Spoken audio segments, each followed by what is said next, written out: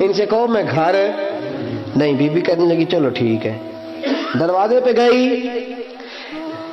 وہ کہنے لگے ہم خولد بن یزید کو گرفتار کرنے آئے ہیں. منہ سے پکار کے کہنے لگی گھر کوئی نہیں, منہ سے, اور ہاتھ کے اشارے سے کہنے لگی وہ ٹوکرے کے نیچے چھپا ہوا ہے. منہ سے کہنے لگی کوئی نہیں گھر, تاکہ سون لے اندر, سون لے. منہ سے کہنے لگی کوئی نہیں, ہاتھ کے اشارے سے کہنے لگی چھپا ہوا ٹوکرے کے نیچے. گئے, جا کے ٹوکرا ہٹایا, اپنے پاس بہت ساری دولتیں اور جائیدادیں وہ ساری دے دی. کہنے لگا یہ میرے پاس کتنا پیسہ ہے, یہ بہت سے کاغذات ہیں, یہ کتنے زیورات ہیں, لے لو, مجھے چھوڑ دو. انہوں نے کہا وہ حکومت کدھر ہے جس کے لیے تم نے حسین کا سر کاٹا تھا؟ کدھر ہے وہ تمہارے تخت, اور کدھر گئی وہ تمہاری سلطنتیں, اور کدھر گئی وہ تمہاری دولت اور اقتدار, اور کدھر ہے وہ تمہارا اسلحہ جس کی بنیاد پر تم نے رسول پاک کا خون میدان کربلا میں بہایا تھا, وہ ہمارے سامنے لے کے آ. کہنے لگا یہ تھوڑے سے نماز جو میں نے اکٹھے کیے تھے, یہ دنیا کی گندی دولت, اس کے لیے میں نے میدان کربلا میں امام حسین کا مبارک سر مبارک تن سے جدا کیا تھا, لے لو, مجھے چھوڑ دو. انہوں نے کہا نہ دنیا میں لے تجھے چھوڑیں گے, اور نہ اللہ ہی تجھے قیامت کے دن چھوڑے گا. گرفتار کر کے لائے, گرفتار کر کے لائے. مختار نے کوفے کے بازاروں کے اندر اعلان کیا کہ آؤ باہر نکلو تمہیں بتاؤں. حسین ابن علی کا خاندان گرفتار کر کے انہی کوفے کی گلیوں میں پھیرایا گیا تھا نا, یہی گھمایا گیا تھا. آؤ تمہیں دکھاؤں خدا کا انتقام اور اللہ تبارک و تعالیٰ کا انصاف تمہیں دکھاؤں. آؤ میدانوں میں نکلو, گھروں سے باہر آؤ. مختار ثقفی اگرچہ بندہ بعد میں یہ بھی ٹھیک نہ نکلا, لیکن بعض اوقات میرے نبی پاک علیہ السلام نے فرمایا اللہ اپنے دین کا کام اپنے نافرمان سے بھی لے لیا کرتا ہے. اس نے کام لینا ہو فاسق سے بھی لے لیتا ہے. اللہ نے لے لیا کام, نکلو میدانوں میں. نکلے باہر, چوک بھر گئے, گلیاں بھر گئی, کوفے کے محلات بھر گئے. مختار نے کہا لوگوں 6 سال پہلے کی تاریخ بھی ذہن میں رکھنا, اور آج کا دن بھی تم کبھی مجھے وہ خولد بن یزید ہے کہ یہ نعرے لگاتا تھا کوفے کی گلیوں میں کہ میں نے حسین کا سر کاٹا ہے, میں نے حسین کا سر کاٹا. تمہارے سامنے کھڑے, پوچھو پوچھو اس سے. اس سے پوچھا بھی تو نے حسین کا سر کاٹا؟ کہنے لگا جی میں نے تو بالکل نہیں کاٹا تھا, میں تو انعام کے لیے نعرے لگاتا تھا, میں نے تو نہیں کاٹا. اس نے کہا چلو ابھی کرتے ہیں تیرا بندوبست. زخم لگائے, زخم لگائے, تلوار کے ساتھ اس کے وجود پر زخم لگائے, اور جب نڈھال ہو گیا, خون بہ گیا, زمین پہ گر گیا, تو مختار نے کہا اس کے وجود کو آگ لگا دو, زندہ کو جلا دو. جب وہ جل رہا تھا راکھ اڑ رہی تھی, لوگ کہہ رہے تھے کہ دیکھو یاد رکھنا اللہ نے رسی ڈھیلی کر دی تھی, اب رب نے رسی کھینچی ہے, تو دیکھو خدا سے بڑا کسی کا انصاف نہیں ہے. کس انداز میں امام حسین کے قاتل کو شمر ذیل جوشن, میں نے کہا تھا 10 محرم کے دن جب مختار کے لوگ اس کے پیچھے بھاگے تو مدینہ منورہ تک گیا, حضرت امام زین العابدین سے بھی ملا, انہوں نے پانی بھی پلایا, پانی بھی پلایا. کہنے لگا امام صاحب لگتا ہے آپ نے مجھے پہچانا نہیں. فرمایا میرا سارا گھر اجاڑ دیا, میں تجھے بھول سکتا ہوں؟ کہا پھر پانی کیوں پلایا ہے؟ فرمایا بند کرنا تمہارا کام ہے, اور دشمنوں کو پلا دینا یہ ہمارے خاندان کا رواج ہے. فرمایا میں نے میرا سارا گھر اجاڑ دیا, تجھے کبھی بھول سکتا ہوں؟ بھول ہی نہیں سکتا. لیکن چونکہ ہمارے گھر کا کوئی مزاج ہی تھوڑا منفرد ہے, ہمارا کوئی انداز ہی تھوڑا مختلف ہے. شمر دوڑتا امام زین العابدین سے کہنے لگا پناہ, مجھے پناہ ملے گی؟ آپ نے فرمایا جیسے اللہ پناہ نہ دے اسے بندہ بھی نہیں دے سکتا. تیرے پاس اب چارہ کوئی نہیں, اس لیے کہ اب تجھے دیکھے نا, یاد رکھنا ظالم دوڑتے ہیں نا, جب ظالم دوڑتے ہیں تو پناہ مانگتے پھرتے ہیں.